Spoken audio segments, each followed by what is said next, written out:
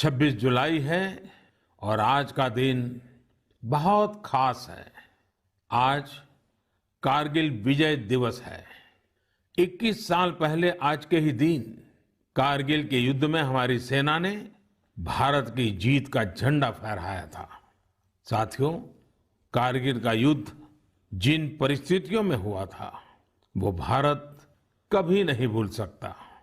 पाकिस्तान ने बड़े बड़े मंसूबे पालकर भारत की भूमि हथियाने और अपने यहाँ चल रहे आंतरिक कलह से ध्यान भटकाने को लेकर दुस्साहस किया था।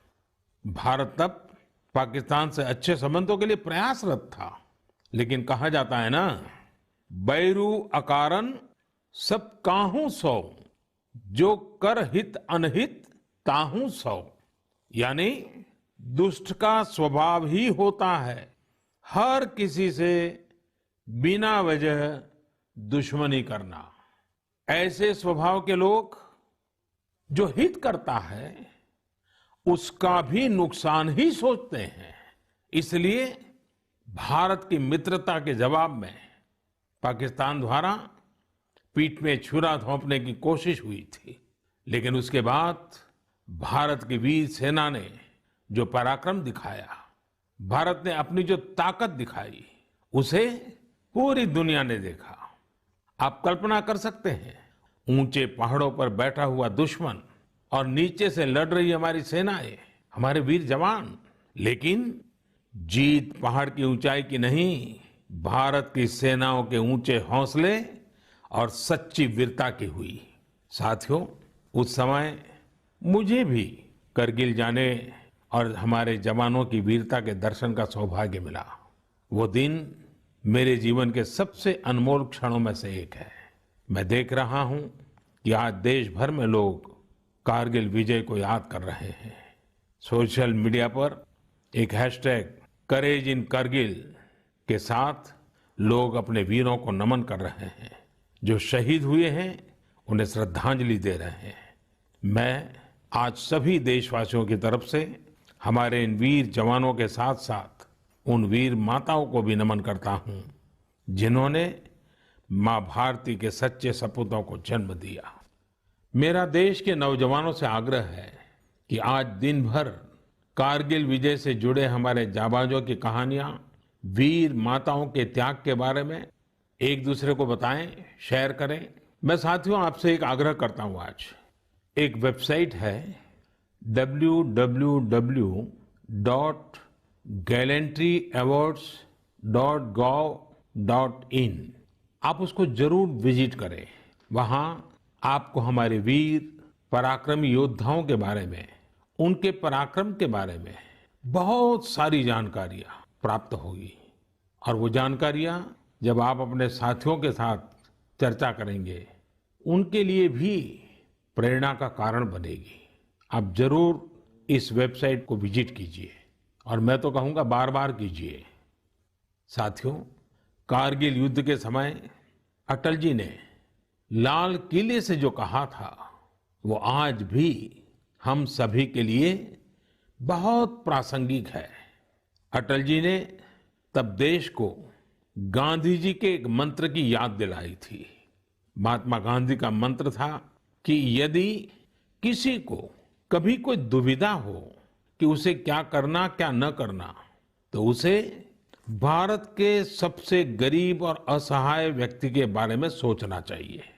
उसे ये सोचना चाहिए कि जो वो करने जा रहा है उससे उस व्यक्ति की भलाई होगी या नहीं होगी। गांधी जी के इस विचार से आगे बढ़कर अटल जी ने कहा था कि करगिल युद्ध ने हमें एक दूसरा मंत्र दिया है। ये मंत्र था, कोई महत्वपूर्ण निर्णय लेने से पहले हम ये सोचें कि क्या हमारा ये कदम उस सैनिक के सम्मान के अनुरूप है जिसने उन दुर्गम पहाड़ियों में अपने प्राणों की आहुति दी थी। आइए अटल जी की आवाज में ही उनकी इस भावना को हम सुने, समझे और समय की मांग है कि उसे स्वीकार करें। हम सभी को याद है कि गांधी जी ने हमें एक मंत्र दिया था। उन्होंने कहा था कि यदि कोई दुविधा हो कि तुम्हें क्या करना है, तो तुम भारत के उस सबसे असहाय व्यक्ति के बारे में सोचो और स्वयं से पूछो कि क्या तुम जो करने जा रहे हो उससे उस व्यक्ति की भलाई होगी। कारगिल ने हमें दूसरा मंत्र दिया है, कोई महत्वपूर्ण निर्णय लेने से पहले हम ये सोचें कि क्या हमारा ये कदम उस सैनिक के सम्मान के अनुरूप है जिसने उन दुर्गम पहाड़ियों में अपने प्राणों की आहुति दी थी। साथियों, युद्ध की परिस्थिति में हम जो बात कहते हैं, करते हैं, उसका सीमा पर डटे सैनिक के मनोबल पर, उसके परिवार के मनोबल पर बहुत गहरा असर पड़ता है। ये बात हमें कभी भूलनी नहीं चाहिए और इसलिए हमारा आचार, हमारा व्यवहार, हमारी वाणी, हमारे बयान, हमारी मर्यादा, हमारे लक्ष्य, सभी कसौटी में ये जरूर रहना चाहिए कि हम जो कर रहे हैं, कह रहे हैं, उससे सैनिकों का मनोबल बढ़े, उनका सम्मान बढ़े। राष्ट्र सर्वोपरि का मंत्र लिए एकता के सूत्र में बंधे देशवासी हमारे सैनिकों की ताकत को कई हजार गुना बढ़ा देते हैं। हमारे यहाँ तो कहा गया है ना, संगे शक्ति कलौ युगे। कभी कभी हम इस बात को समझे बिना सोशल मीडिया पर ऐसी चीजों को बढ़ावा दे देते हैं जो हमारे देश का बहुत नुकसान करती है। कभी कभी जिज्ञासावत फॉरवर्ड करते रहते हैं, पता है गलत है लेकिन करते रहते हैं।